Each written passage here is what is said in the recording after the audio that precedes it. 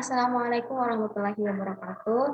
Di sini kami akan menjelaskan mengenai kompetensi dasar kelas 8 yaitu 3.11 yaitu menganalisis konsep getaran, gelombang, dan bumi dalam kehidupan sehari-hari termasuk sistem pendengaran manusia dan sistem sonar pada hewan. Sebelumnya, perkenalkan nama saya adalah Anita Nurnawati Putri dengan NIM 009, kemudian dan saya Lailatul Hamda dengan NIM 036. Kami dari kelas 5A. Selanjutnya, materi yang akan dijelaskan oleh Lailatul Hamda adalah getaran. Oke, selanjutnya kita akan menjelaskan tentang getaran. Pengertian dari getaran sendiri ialah getaran merupakan gerak bolak-balik di sekitar titik kesetimbangan. Titik kesetimbangan merupakan titik di mana pada titik tersebut benda tidak mengalami gaya luar atau dalam keadaan diam. Dari satu getaran atau satu lintasan adalah A, B, C, terus ke B dan ke A. Selanjutnya, frekuensi dan periode. Periode merupakan waktu yang dibutuhkan dalam satu getaran. Persamaan dari periode yaitu T sama dengan T kecil per N kecil. T merupakan periode getaran dengan satuan sekon. T merupakan waktu yang diperlukan dengan satuan sekon dan N kecil merupakan jumlah getaran. Untuk frekuensi merupakan jumlah getaran setiap satuan detik. Persamaan dari frekuensi yaitu F kecil sama dengan N kecil per T kecil. Yakni F kecil merupakan getaran, frekuensi getaran dengan satuan Hertz, dan N merupakan jumlah getaran, sedangkan T merupakan waktu yang diperlukan. Untuk hubungan antara periode dan frekuensi, yakni frekuensi sama dengan seperti atau seperperiode. Selanjutnya yaitu gelombang. Untuk pengertian gelombang, yakni gelombang merupakan suatu getaran yang merambat melalui suatu medium. Macam-macam gelombang ada dua, yakni berdasarkan medium perambatannya, selanjutnya berdasarkan arah rambatannya dan arah getaran. Untuk yang pertama berdasarkan medium perambatannya. Yang pertama yaitu gelombang mekanik, merupakan gelombang yang memerlukan medium dalam perambatannya. Contohnya medium air pada gelombang air, medium tali pada gelombang tali, dan medium bumi pada gelombang bumi. Nah, di samping dari penjelasan ini terdapat contoh dari medium tali pada gelombang tali. Selanjutnya, yaitu gelombang elektromagnetik, merupakan gelombang yang dapat merambat tanpa memerlukan medium. Contohnya yaitu gelombang TV, gelombang cahaya, dan sinar ultraviolet. Untuk contohnya yaitu gelombang cahaya seperti gambar di samping. Selanjutnya, gelombang berdasarkan arah rambatannya dan arah getarnya. Yang pertama yaitu gelombang transversal, merupakan gelombang yang arah perambatannya tegak lurus terhadap arah getarannya. Satu gelombang pada gelombang ini terdiri satu puncak dan satu lembah. Contoh dari gelombang transversal yaitu gelombang tali dan gelombang air. Nah, untuk satu gelombang yakni terdiri dari satu puncak dan satu lembah. Selanjutnya yaitu gelombang longitudinal, merupakan gelombang yang arah perambatannya sejajar dengan arah getarannya. Satu gelombang pada gelombang ini yakni satu rapatan dan satu renggangan.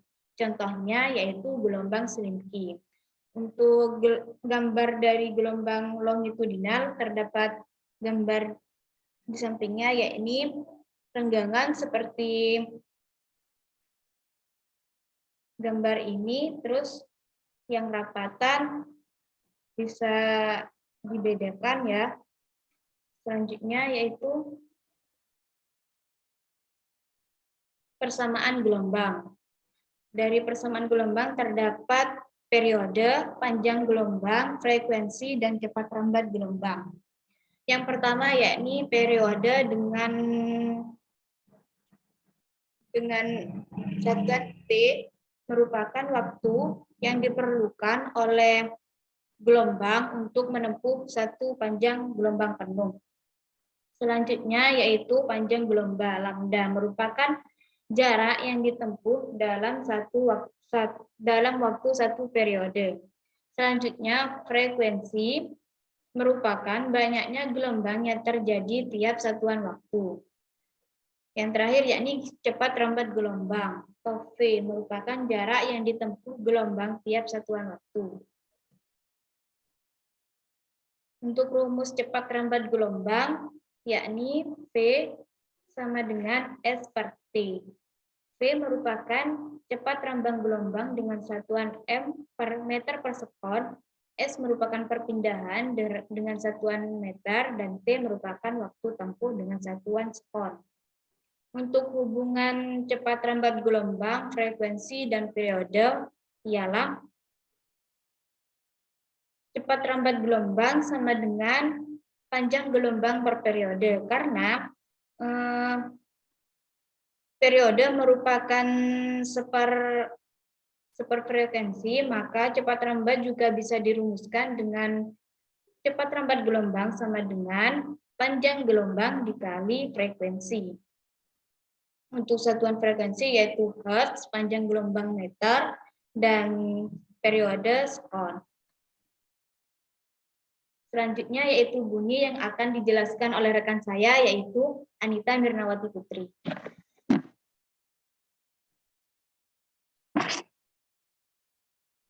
Selanjutnya, materi yang saya jelaskan adalah bunyi. Bunyi merupakan salah satu bentuk gelombang longitudinal yang merambatkan energi gelombang di udara sampai terdengar reseptor pendengar. Untuk syarat terjadinya gelombang bunyi, yang pertama ada sumber bunyi, kemudian yang kedua ada medium, dan yang ketiga ada penerima bunyi atau pendengar. Kemudian untuk kecepatan gelombang bunyi, rumusnya adalah V kecil sama dengan delta S per delta T. Untuk V kecilnya itu adalah cepat lambat bunyi dengan satuan meter per sekon, dan delta S-nya itu adalah jarak sumber bunyi dengan pengamat dengan satuannya adalah meter. Selanjutnya ada delta T kecil, itu adalah waktu, satuannya adalah sekon. Kemudian rumus yang lain mengenai kecepatan gelombang bunyi, itu V kecil sama dengan lambda dikali F. V kecil tadi adalah cepat lambat bunyi dengan satuan meter per sekon, kemudian lambdanya itu adalah panjang gelombang bunyi dengan satuan meter, dan F kecilnya adalah frekuensi bunyi dengan satuannya hertz. Di sini sudah ada tabel mengenai cepat lambat bunyi dalam beberapa medium. Yang pertama ada udara, yaitu 340 meter per sekon, kemudian air dengan suhu 25 derajat Celcius, yaitu cepat lambatnya adalah 1940 meter per sekon, kemudian air laut dengan suhu 25 derajat Celcius, itu cepat lambatnya adalah 1530 meter per sekon. Selanjutnya, medium aluminium dengan suhu 20 derajat Celcius, cepat lambatnya adalah 5100 meter per sekon. Selanjutnya, medium tembaga yaitu 20 derajat Celcius, cepat lambatnya adalah 3560 meter per sekon, dan terakhir medium besi dengan suhu 20 derajat Celcius, cepat lambatnya adalah 5130 meter per sekon. Kemudian di sini ada jenis-jenis gelombang bunyi yang berdasarkan frekuensinya itu ada 3. Yang pertama ada ultrasonik, yang kedua ada audiosonik, kemudian yang terakhir ada infrasonik. Yang pertama ultrasonik itu mempunyai frekuensi di atas 20.000 Hz. Bunyi ultrasonik ini dapat didengar oleh kelelawar dan lumba-lumba, dan juga dapat dimanfaatkan untuk mengukur kedalaman laut dan pemeriksaan USG. Kemudian yang audiosonik itu mempunyai frekuensi antara 20 sampai 20.000 Hz. Nah, bunyi ini itu dapat didengar oleh manusia seperti kita semua. Yang terakhir ada infrasonik, itu mempunyai frekuensi di bawah 20 Hz. Nah, bunyi ini tuh dapat didengar oleh anjing, laba-laba, kuda, angsa, dan jangkrik. Kemudian sifat-sifat gelombang bunyi itu ada 4 yang kita bahas kali ini. Pertama ada pemantulan, pembiasan, pelenturan, dan pemaduan. Yang pertama, pemantulan gelombang bunyi. Nah, gelombang bunyi itu dipantulkan jika mengenai bidang pantul yang keras, misalnya tembok atau lain dan sebagainya. Untuk hukum pemantulan bunyi itu ada dua. Arah bunyi datang, bunyi pantul dan garis normal itu terletak pada satu bidang datar. Kemudian besarnya sudut datang yang disimbolkan I itu sama dengan besar sudut pantul yang disimbolkan dengan huruf R. Kemudian jenis pantulan bunyi itu ada dua, yaitu gaung dan gema. Gaung itu adalah pemantulan bunyi yang terjadi sebelum bunyi asli habis, sehingga akan terjadi tumpang tindih antara bunyi asli dan bunyi pantul, maka bunyi menjadi tidak jelas. Atau sehingga bunyi menjadi tidak jelas. Nah, kemudian yang gema itu adalah pemantulan bunyi yang terjadi setelah bunyi asli. Untuk manfaat pemantulan bunyi, itu yang pertama untuk mengukur kedalaman air, yang kedua mengukur panjang lorong gua, dan mengukur kedalaman jurang. Nah, untuk mengukur itu semua, mengukur kedalaman air laut, panjang lorong gua, dan jurang, itu menggunakan rumus V sama dengan 2D per T.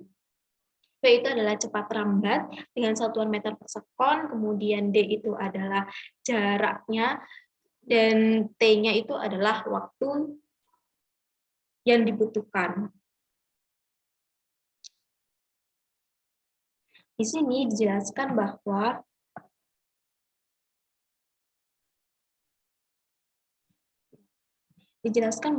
delta I sama dengan theta I sama dengan theta R. Jadi sudut yang dibentuk oleh sinar datang dan sudut yang dibentuk oleh sinar pantul terhadap garis normal itu adalah sama. Kemudian pembiasan, pemaduan, dan pelenturan.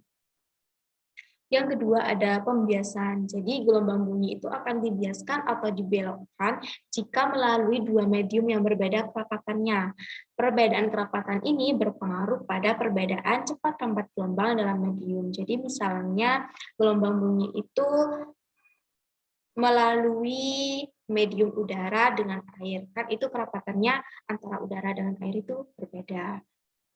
Maka bunyi itu akan dibiaskan atau dibelokkan. Kemudian yang ketiga ada pemaduan atau interferensi, yaitu adalah pemaduan dua atau lebih gelombang yang akan menghasilkan gelombang baru yang sifatnya perpaduan dari gelombang penyusunnya. Kemudian yang keempat ada pelenturan difraksi. Ketika gelombang bunyi merambat ke segala arah, akan berbentuk lingkaran-lingkaran yang disebut muka gelombang.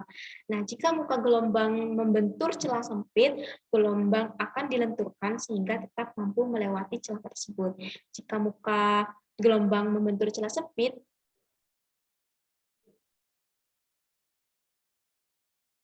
nah gelombang akan dilenturkan sehingga tetap mampu melewati celah tersebut. Kemudian selanjutnya ada resonansi. Resonansi itu adalah peristiwa turut bergetarnya benda karena benda lain yang bergetar. Contohnya seperti ini. Jika garpu tala yang sebelah kiri itu digetarkan, maka garpu tala yang sebelah kanan ikut bergetar karena, nah di sini ada syarat terjadinya.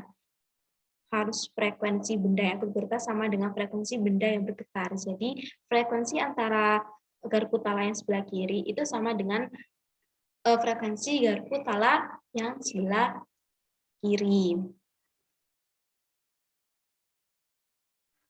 Atau frekuensi benda yang satu merupakan kelipatan frekuensi benda lain. Jadi misalnya frekuensi ini adalah 2, ya digetarkan ini frekuensinya adalah 2, maka kemungkinan yang di garpu tala yang sebelah kanan itu adalah kelipatannya jadi 4, 6, atau 8, 10, dan lain sebagainya.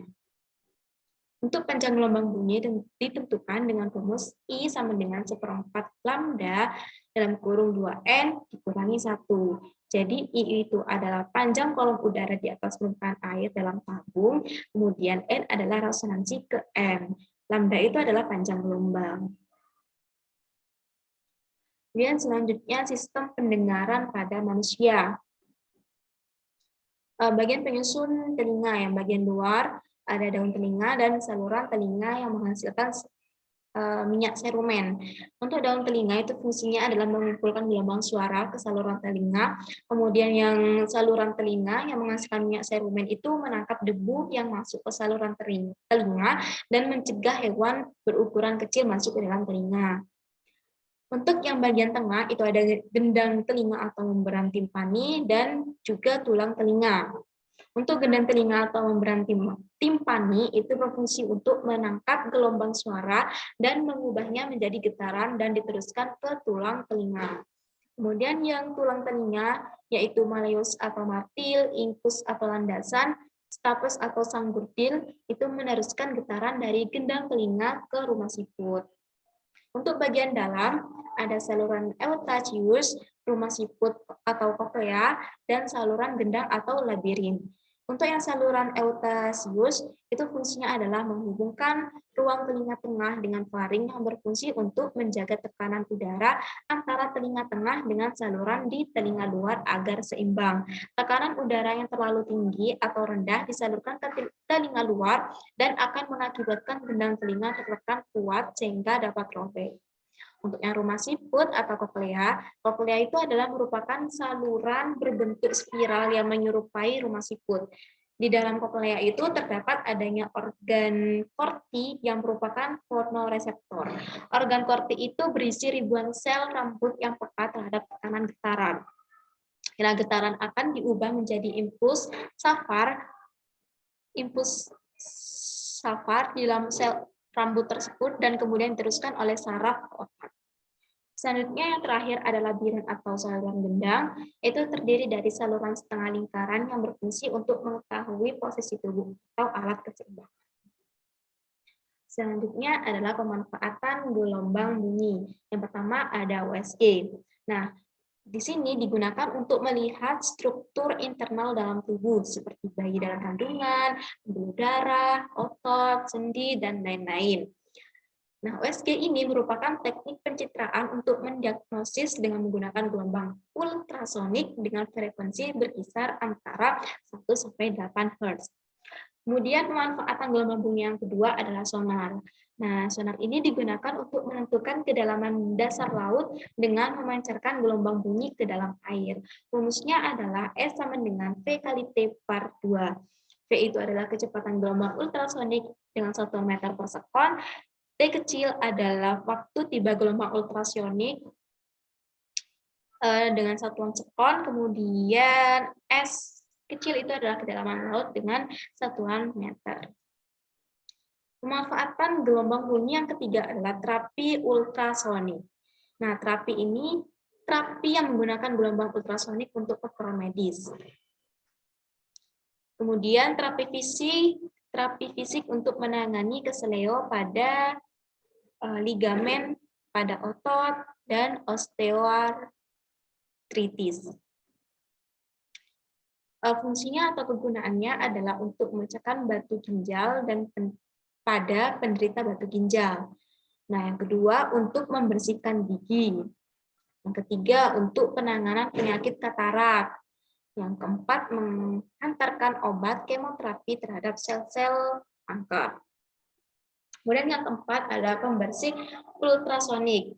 Nah, pembersih ultrasonik ini merupakan alat yang menggunakan gelombang ultrasonik dengan frekuensi antara 20 sampai 400 kHz dan cairan pembersih tertentu. Nah, alat ini berfungsi untuk membersihkan suatu benda seperti perhiasan, jam tangan, lensa, alat bedah, dan lain-lain. Yang kelima ada sonifikasi. Nah, sonifikasi ini merupakan proses pemberian energi gelombang ultrasonik pada suatu bahan sehingga dapat dipecah menjadi bagian yang sangat kecil. Penggunaannya adalah untuk memproduksi nanopartikel untuk mempercepat ekstraksi minyak dari dalam jaringan tumbuhan dan pemurnian minyak bumi. Kemudian yang terakhir adalah untuk merusak atau menonaktifkan material organik. Kemudian yang terakhir ada pengujian ultrasonik, itu merupakan teknik pengujian yang berdasarkan pada penyaluran gelombang ultrasonik pada objek yang diuji dengan frekuensi sekitar 0,1 sampai 15 MHz untuk mendeteksi kerusakan bagian dalam benda, ketebalan, dan karakteristiknya. Nah, keunggulan untuk pengujian ultrasonik itu adalah memiliki daya yang tinggi untuk menembus suatu bahan, kemudian memiliki sensitivitas yang tinggi, kemudian akurat, tidak berbahaya, dan mudah dibawa. Untuk sistem sonar pada hewan, yang pertama pada hewan kelelawar. Jadi kelelawar dapat mengeluarkan dan menerima gelombang ultrasonik pada saat terbang dan berburu. Kelelawar mengeluarkan bunyi ultrasonik dan mendengarkan gema yang dihasilkan. Saat mendengarkan gema, kelelawar akan diam agar menghindari dari efek Doppler yang muncul. Efek Doppler itu merupakan kondisi di mana jika sumber bunyi dan penerima tidak bergerak, maka penerima akan mendengar frekuensi bunyi yang sama dengan sumber suara. Akan tetapi jika salah satunya bergerak, maka frekuensi akan berbeda sehingga kelelawar tidak dapat mendengar pantulan suara tersebut. Kemudian yang kedua ada hewan lumba-lumba. Nah, lumba-lumba ini bernafas melalui lubang-lubang yang ada di atas kepalanya. Di bawah lubang tersebut terdapat kantung-kantung kecil berisi udara. Nah, lumba-lumba ini mengalirkan udara pada kantung-kantung tersebut agar dapat menghasilkan suara berfrekuensi tinggi. Kantung tersebut juga berfungsi sebagai alat memfokus bunyi. Bunyi ini dipancarkan ke segala arah sehingga terputus-putus. Terima kasih. Wassalamualaikum warahmatullahi wabarakatuh.